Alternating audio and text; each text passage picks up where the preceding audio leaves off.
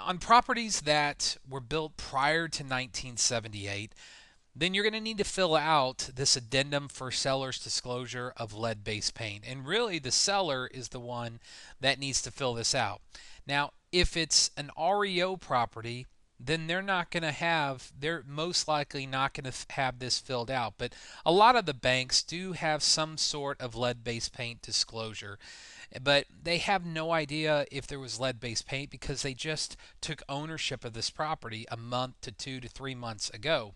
So they're going to, they are exempt from having to give you any type of lead-based paint disclosure. But for individual sellers, you need to provide this to them and they need to fill this out.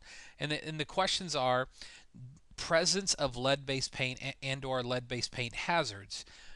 Do they have any knowledge that there was lead-based paint? What I've found is most sellers are going to check this. Seller has no actual knowledge of lead-based paint. I've done a lot of transactions. Tim and I have done thousands of real estate transactions, and I'll be honest, I've never had a seller say, "Yeah, there's lead-based paint. I know there's lead-based paint." And then number two is the seller has no reports on or records pertaining to lead-based paint. So typically if they check this, 1B, they're going to check 2B.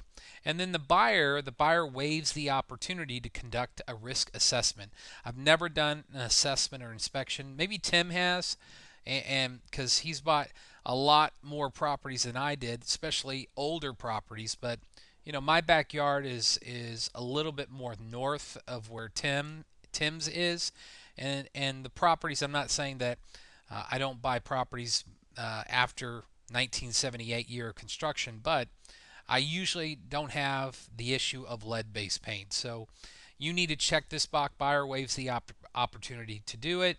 And then the buyer has received a pamphlet, Protect Your Family from Lead in Your Home. You can download that. Just Google it. Protect your family from lead in your home.